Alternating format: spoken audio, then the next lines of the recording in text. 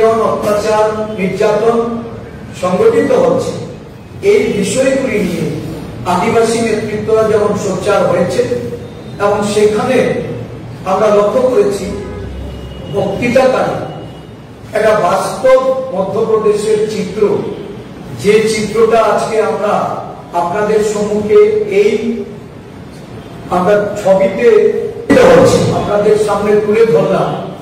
এই চিত্রটাই আমরা গতকালকে সম্মেলনে আমাদের নেতৃত্বে আদিবাসীদের প্রতি আমাদের কংগ্রেস দলের তাদের যে দায়িত্ব কর্তব্য, তাদের যে ভূমিকা, দেশের এই আদিবাসী দলিত সমাজকে যারা পেছনে ঠেলে দিতে চায়, যারা উন্নয়ন বিমুখতার কারণে সারা দেশব্যাপী আদিবাসী বিরোধী সরকার এবং একটা দল হিসেবে চিহ্নিত হচ্ছে, আজকে তাদের বিরুদ্ধে কথা বলার জন্য যখন আমাদের নেতৃত্বরা সেখানে এই দেশের বর্তমান বিভিন্ন ঘটনাবলী এবং এই বাস্তবতা এটা যখন তুলে ধরেছে, এই রাজ্যে বিজেপি সরকারের আমলে না এডিসিতে উন্নয়ন, না এই রাজ্যে আদিবাসীদের জন্য তাদের কোনো প্রচেষ্টা, বিগত দিনে কংগ্রেস আমলে যে উন্নয়ন কংগ্রেস সরকার করে গেছে, এটা এডিসির ক্ষমতা প্রদানের ক্ষেত্রে, এডিসির এলাকায় বসবাসকারী মানুষের উন্নয়নের জন্য, তাদের কর্মসংস্থানের জন্য, চাকরির জন্য এবং সর্বোপরি ক্ষমতায়নের জন্য যে সংরক্ষিত আসন সংখ্যা বৃদ্ধি করা রাজীবজি রামফলের চুক্তির মাধ্যমে ডক্টর মনমোহন সিং বনাধিকার আইন যেটা ফরেস্ট অ্যাক্ট যেটা চালু করেছিল, ফরেস্ট রাইটস অ্যাক্ট, এখানে ইমপ্লিমেন্ট করার ক্ষেত্রেও এই সরকারের যে ভূমিকা, এই ভূমিকা অত্যন্ত নিন্দনীয় এবং দেখা গেছে শুধু রাজনৈতিক প্রেক্ষাপটকে সামনে রেখে তারা নানা কথা বলে, নানা প্রতিশ্রুতি দিয়ে প্রতিশ্রুতি খেলাপি একটা সরকার আজকে আদিবাসী জনগোষ্ঠীর কাছ থেকে তার সরে যাচ্ছে, আদিবাসী জনগোষ্ঠীর সমর্থন সরে যাচ্ছে।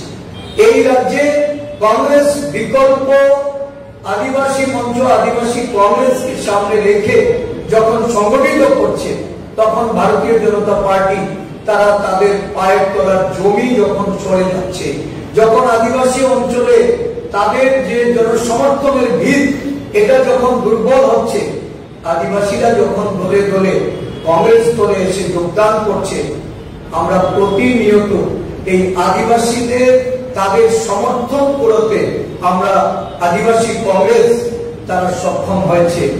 এই বিষয়টাকে সামনে রেখে একটা বাস্তব ঘটনা, গতকাল সুদীপ রায় বর্মন আমাদের সিডব্লিউসি মেম্বার বিধায়ক, উনি যে ঘটনার উল্লেখ করেছেন, এই ঘটনাকে নিয়ে তারা একটা হইচই বাঁধানোর চেষ্টা করছে, তারা আদিবাসী সমাজকে একটা ভুল বার্তা দেওয়ার চেষ্টা করছে। এরা বোঝাতে চাইছে যে সুদীপ বাবু ওনার বক্তব্যের মধ্যে আদিবাসীদের তাদেরকে সেখানে অবমূল্যায়ন করা, তাদের প্রতি কুপ্রস্তাব, সেখানে উনি মন্তব্য উনি করেছেন বলে অভিহিত করে এটা একটা নাটকীয় অবস্থায় মোড় দেওয়ার চেষ্টা করছে। আমরা আসল সত্যটা তুলে ধরতে চাইছি। আরো আমরা আজকে এই বিষয়টা নিয়ে আমাদের সুযোগ হয়েছে যে সুদীপ বাবু যে বিষয়টা তুলে ধরেছেন, মধ্যপ্রদেশের একটা ঘটনা, এই ঘটনায় সেখানকার বিজেপি নেতা যিনি একজন আদিবাসী সমাজের একজন যুবকের উপর উনি প্রস্রাব নির্গত করেন, যার ফলশ্রুতিতে সেখানে দেখা গেল এই নিয়ে একটা আদিবাসীদের মধ্যে একটা জন আন্দোলন সেখানে শুরু হয়েছে, যার নেতৃত্বে ছিলেন আমাদের সর্বভারতীয় আদিবাসী কংগ্রেসের চেয়ারম্যান, যিনি মধ্যপ্রদেশ থেকে নির্বাচিত একজন বিধায়ক এবং সেই রাজ্যে উনি দীর্ঘদিন যুব কংগ্রেসের সভাপতি হিসাবে সেখানে কাজ করেছেন, যার উনি ব্যক্তিগতভাবে একজন আদিবাসী সম্প্রদায়ের মানুষ হয়ে সারা মধ্যপ্রদেশ জুড়ে এই বিষয়টাকে সামনে রেখে একটা গণ আন্দোলন তৈরি হয়েছে।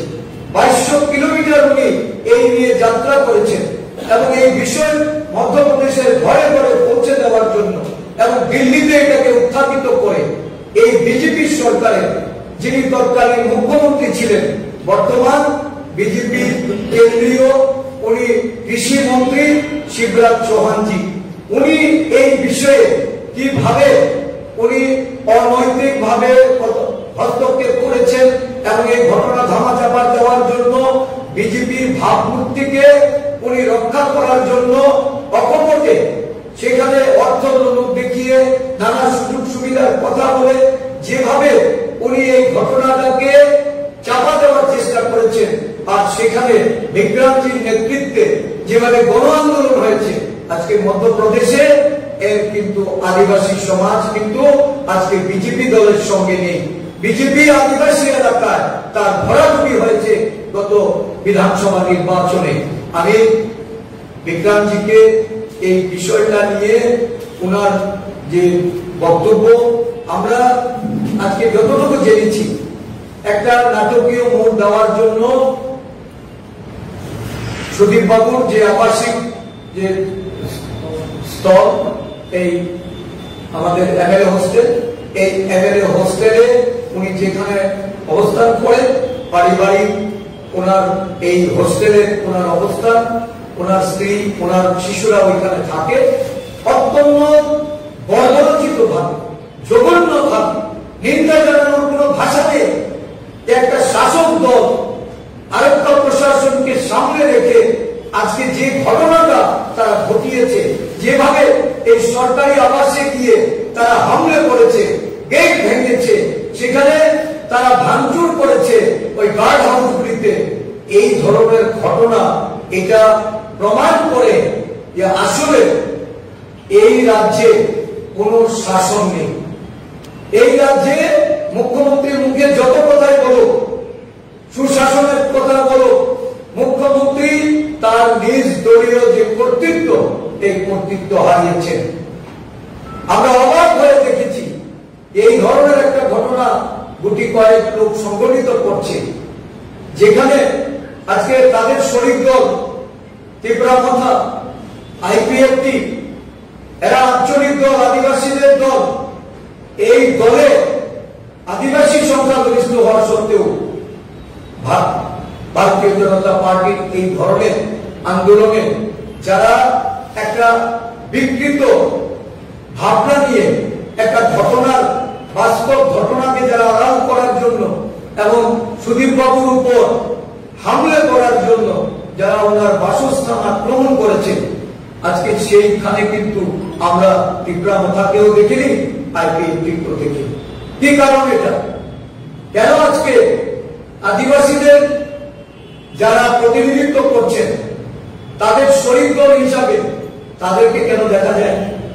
তার মানে এই যে নাটক মঞ্চস্থ করার জন্য যারা প্রশাসনিক ক্ষমতার অপব্যবহার করে প্রশাসনকে উপেক্ষা করে এবং একটা সরকারের এই যে ঘোষণা আজকে বিরোধী দল হিসাবে, বিরোধী দলের নেতা হিসাবে কোন কর্মসূচিতে গিয়ে যখন বক্তব্য রাখবে, আমরা লক্ষ্য করছি এই রাজ্যে বিরোধীদের তাদের গণতান্ত্রিক অধিকার রুদ্ধ করা হচ্ছে।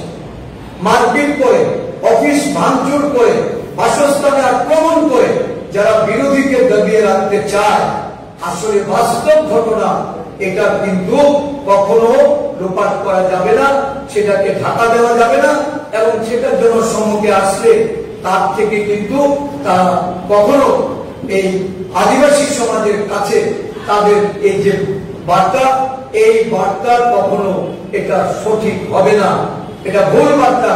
আমরা তার তীব্র নিন্দা জানাচ্ছি, ধিক্কার জানাচ্ছি এবং অবিলম্বে যারা এই ধরনের ঘটনা যুক্ত হয়েছে তাদের বিরুদ্ধে প্রশাসনিক ব্যবস্থা গ্রহণ করার জন্য রাজ্য সরকারের কাছে দাবি জানাচ্ছি। আমি আজকে মধ্যপ্রদেশে যে ঘটনাটি ঘটেছিল, যার অন্যতম এই ঘটনায় যিনি ভূমিকা নিয়েছেন এবং এই আন্দোলনকে উনি সারা দেশ জুড়ে ছড়িয়ে দিয়েছেন, আমাদের আদরণীয় নেতা অল ইন্ডিয়া আদিবাসী কংগ্রেসের চেয়ারম্যান ডক্টর বিক্রান্ত জিকে আমি অনুরোধ করব এই বিষয়ে আপনাদের কাছে ওনার মূল্যবান বক্তব্য তুলে ধরার জন্য।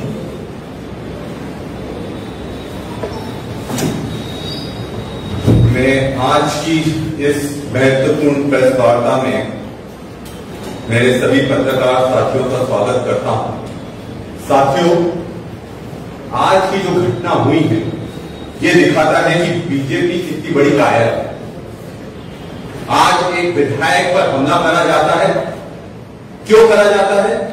क्योंकि वो सच बोलने की ताकत रखता है। सुदीप रॉय बर्मन जी ने जो कहा 100% सही है।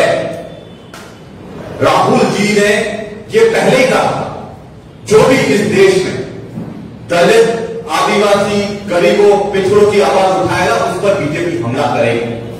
और आज की जो त्रिपुरा में घटना हुई है ये उसका सबसे जीता जागता उदाहरण है।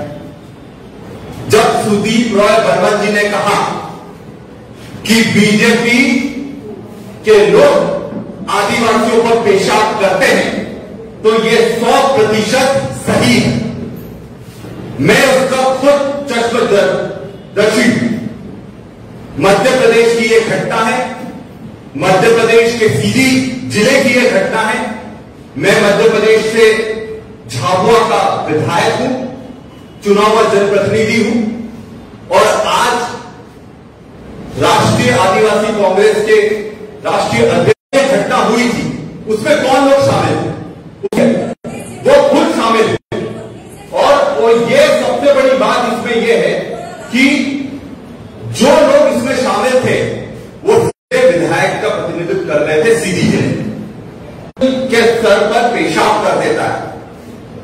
पर बात यह है कि आज तक उस पर कार्रवाई हुई, दिखावे के लिए बहुत कुछ करने का षड्यंत्र करा गया पर आज तक कोई भी ठोस कार्रवाई उस पर नहीं हुई।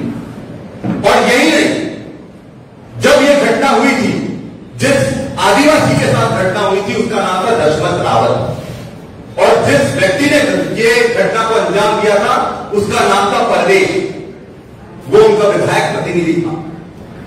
हम जब उसके परिवार के पास पहुंचे तो हमें एक चौंकाने वाली चीज बता रहे कि उसके पति को अगवा कर दशमत को सरकार ले गई। अरे अगर कुछ गलत नहीं करा होता तो सरकार को हमारे आदिवासी भाई जिस पर पेशाब भाजपा विधायक प्रतिनिधि ने करी थी तो क्यों नहीं? शिवराज सिंह चौहान जी जो कि आज के समय में इस देश के कृषि मंत्री हैं कैबिनेट, और जब वो ले जाते हैं, जब उनकी पत्नी से हमने बात करी वो बिलक रही थी, रो रही थी, उनके 3 बच्चे बिलक रहे थे, वो ये बोल रहे थे हमको पता ही नहीं था कि उनका पति कहां चला गया। ये एक प्रताड़ित महिला की, आदिवासी बहन की आवाज थी। और उसी समय शिवराज सिंह चौहान जी का फोन उसके पास आता है और फोन आने के बाद शिवराज सिंह जी उसको लालच देते हैं कि मैं तुम्हें पैसे देता हूं, मैं तुम्हें घर दे, पर तुम चिंता मत करो। हो सकते हैं कि उस पर क्या बीतरी होगी कि जब उसको यह पता लगा कि मुख्यमंत्री ने उसके पति का अपहरण करा है। और ये मैं आपको दिखाऊंगा, अभी लैपटॉप के माध्यम से पूरा वीडियो दिखाऊंगा जिसमें मुख्यमंत्री जी उसकी पत्नी को क्या क्या लालच दे रहे हैं। और वहां पर पहुंचकर हम लोगों ने उस समय करने का काम करा था ताकि दूसरों देखिए ये वीडियो आप सबके पास पहुंचेगा। और इस वीडियो में किस तरह से जो प्रताड़ित महिला है क्या कह रही है वो भी आप जरूर सुनिएगा। मैं वीडियो चालू करता हूं।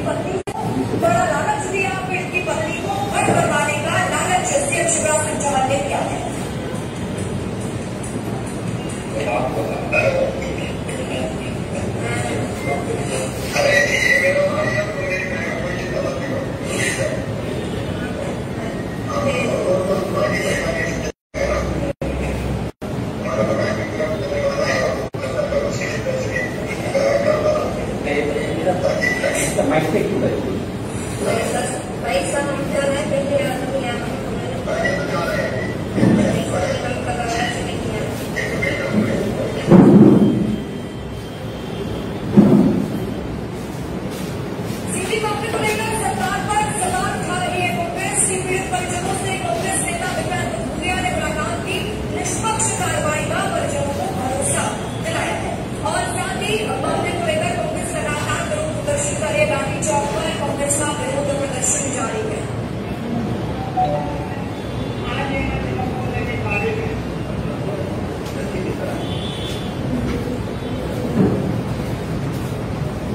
ये हम लोग वहां पर पहुंचे थे और आज कहीं ना कहीं मेरा यहां आना सहयोग नहीं है। कहीं ना कहीं यहां पहुंचना ये भगवान ने ही भेजा है कि इन लोगों को सबक सिखाओ और इनके जो झूठ है उसका पर्दाफाश करो। तो आपने देखा किस तरह से उनके लोगों ने, उनके विधायक प्रतिनिधियों ने पहले आदिवासी पर पेशाब करी, उसके बाद उनके मुख्यमंत्री ने उस समय के, जिनका नाम शिवराज सिंह चौहान जी, जो वर्तमान में देश के कृषि मंत्री है, उन्होंने उनकी पत्नी को खरीदने की कोशिश करी कि वो चुप रहे, मैं तुम्हारे लिए घर की व्यवस्था करवा रहा हूं, तुम्हारे लिए पैसे की व्यवस्था करवा रहा हूं। पर हमारी आदिवासी बहन का क्या जवाब आया? उसका जवाब आया, मुझे पैसा नहीं चाहिए, मुझे घर नहीं चाहिए, आप तो मेरे पति को वापस भिजवा दो। तो वापस किसको भिजवाते? कोई उठाकर ले गया होगा तभी भिजवाते। तो ये पूरी पार्टी गुंडों की पार्टी, और इस तरह से ये आदिवासियों को शोषित करते हैं, डराते हैं, धमकाते हैं, उन पर पेशाब करते हैं, उन पर अत्याचार करते हैं और उनको यह डराया जाता है कि आप कुछ बोलो मत, पैसे से, पुलिस प्रशासन की पूरी ताकत से। और आज जब हमारे विधायक सुधीर बर्मन जी ने कोशिश करी सच्चाई सबके सामने लाने के लिए, तो कुछ लोगों को उन्हें भेजकर उनका विरोध करवाने की कोशिश करी। पर भाजपा को मैं बता दूं, हम लोग आपके गुंडों से डरने वाले नहीं हैं। हम लोग राहुल गांधी जी की सेना है और हम लोग पूरे दम से लड़ाई लड़ेंगे। और जो सच्चाई हम आपके सामने लाना चाहते थे वो हम सब आप सबके सामने लेकर आ रहे हैं। साथ में एक और महत्वपूर्ण मुद्दा मैं आप सबके सामने लाना चाहता हूं कि जो यहाँ पर ऑटोनॉमस डिस्ट्रिक्ट काउंसिल्स हैं, ये सबसे बड़ी ताकत थी छठी अनुसूची की, 6 शेड्यूल की आदिवासी क्षेत्रों में। और इसमें जो 125th अमेंडमेंट था, ये अमेंडमेंट ये था कि जो पंचायत राज की व्यवस्था होती है 5वीं अनुसूची क्षेत्रों में, उसमें 3 स्तरीय व्यवस्था होती है। वो 3 स्तरीय व्यवस्था ना होकर इसमें सिर्फ विलेज काउंसिल 1 स्तरीय व्यवस्था है, जिसके कारण जो पैसा एडीसी काउंसिल्स के माध्यम से विलेज काउंसिल्स को जाना चाहिए वो आज तक नहीं पहुंच पाया। और इसमें सबकी मिली भगत है। बड़े बड़े लोग आए, उन्होंने बड़े बड़े दावे करे कि हम ये कर देंगे, वो कर देंगे, पर आज की हकीकत है कि आज भाजपा की 3 इंजन की सरकार इस प्रदेश में बैठी है। दिल्ली में उनकी सरकार, त्रिपुरा में उनकी सरकार, एडीसी में उनकी सरकार, और फिर भी आज तक आदिवासियों को उनका अधिकार नहीं दिया है। तो हम आपसे के माध्यम से ये बताना चाहते हैं कि हम लोग पूरी ताकत से 125th अमेंडमेंट जो होना चाहिए 6 शेड्यूल में, उसकी लड़ाई शुरू कर रहे हैं। और इसमें हर गांव तक हम लोग जाएंगे, लोगों तक जाएंगे और इसको एक बड़े आंदोलन के रूप में इस प्रदेश में लड़ने का काम हम लोग करेंगे। कांग्रेस पार्टी करेगी, राहुल गांधी जी करेंगे।